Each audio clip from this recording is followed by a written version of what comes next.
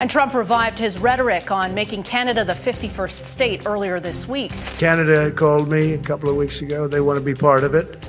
To which I said, well, why don't you just join our country? You become 51, become the 51st state. And you know, President Trump's back at it again. This guy's too much. He's out there back on his 51st state. It began not with a declaration, but with a smirk.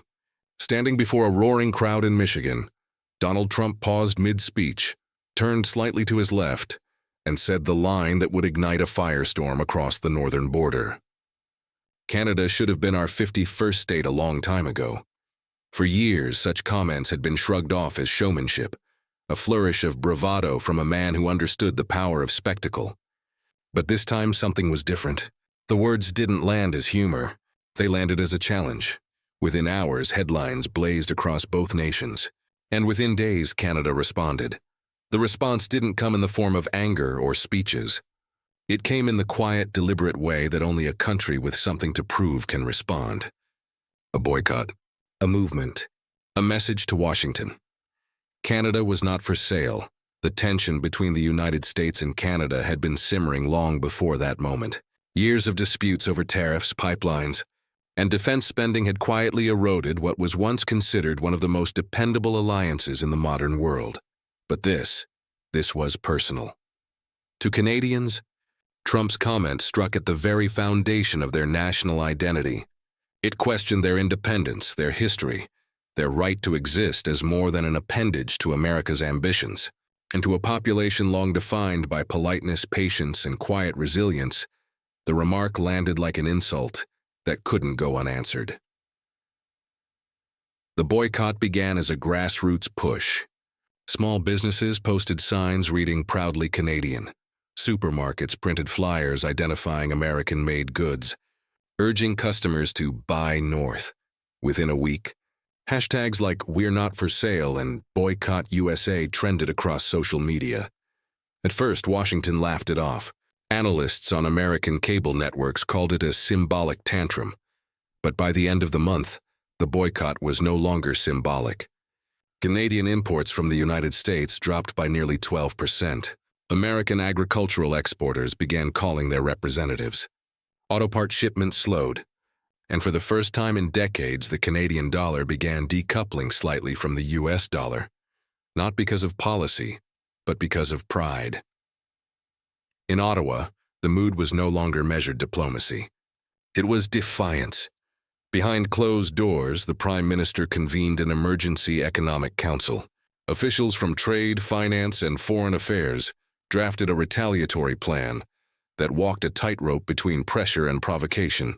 Canada couldn't afford a trade war, but it couldn't afford to be humiliated either. Tariffs were announced on U.S. steel, aluminum, and processed foods.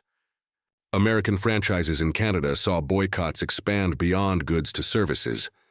By the second month, polling showed over 80% of Canadians supporting limited economic retaliation against the United States. For a nation known for moderation, that was an earthquake. But what truly transformed this moment into a global story was not the politics. It was the psychology. Canada had always been the world's polite neighbor, loyal, cooperative, and quietly powerful. Yet for decades, that politeness had been mistaken for weakness. Trump's remark crystallized something long brewing beneath the surface, a desire for independence not just in policy, but in perception. Meanwhile, in Washington, advisors scrambled to contain the fallout. Behind the scenes, trade lobbyists warned that the rhetoric could jeopardize billions in annual cross-border investment. The U.S. relied heavily on Canadian energy imports, oil, uranium, and hydroelectric power, while Canada depended on American technology and manufacturing infrastructure. Any disruption risked collateral damage on both sides, but Trump saw the backlash differently. To him, confrontation was a form of leverage. Publicly, he doubled down, repeating the 51st state line at another rally, this time adding that America carries Canada on its back. In political terms, it was red meat for his base. But in diplomatic terms, it was gasoline on an open flame. By spring, Canadian lawmakers had introduced the Economic Sovereignty Act, a bill designed to reduce dependence on U.S. imports by incentivizing domestic manufacturing. It was largely symbolic, but symbols matter in politics. The act passed the House of Commons with near unanimous support. For one of the most politically divided parliaments in decades, that unity was telling. The message was unmistakable. Canada was drawing a line. Across the border, American news outlets began covering the story less as a feud and more as a phenomenon. How could two nations bound by history, economy, and language suddenly feel so far apart? The answer lay not in policy, but in identity. For over a century, Canada's relationship with the United States had been defined by coexistence, an economic interdependence so deep it blurred the lines between ally and partner. But when Trump framed Canada as a subordinate, a dependent rather than an equal, it shattered the illusion of balance. In Montreal, political scientists called it the awakening of Northern nationalism. In Toronto, protests turned into parades celebrating Canadian-made products. School classrooms debated sovereignty. Documentaries were made. Artists created protest murals with slogans like, "Not 51, not ever." It wasn't just politics anymore. It was culture. As weeks turned into months, the economic impact deepened. U.S. retailers operating in Canada reported declining sales. Major brands quietly launched rebranding efforts to appear more Canadian-made. American farmers, particularly in the Midwest, began losing access to one of their largest export markets. In Washington, Treasury analysts warned that a prolonged standoff could erode nearly $700 billion in annual bilateral trade. And yet Trump's tone remained defiant. Publicly, he insisted that America was simply asserting its leadership. Privately, his advisors knew the situation had spiraled beyond control. Every new statement hardened Canadian public opinion further. The once unthinkable idea of economic independence from the United States was now a mainstream conversation in Canada. By early summer, world leaders began to take notice. At the G7 summit, European representatives voiced concern that the North American divide could disrupt global trade flows. China, sensing opportunity, extended new investment offers to Canada, hinting at partnerships in green energy and technology. The message from Beijing was clear. If America treats you like a junior partner, we will treat you like an equal. For Ottawa, it was tempting, but dangerous. Canada had always walked a fine line between asserting autonomy and preserving Western alliances. Aligning with China could provoke deeper tensions with Washington. Yet refusing to diversify left Canada vulnerable.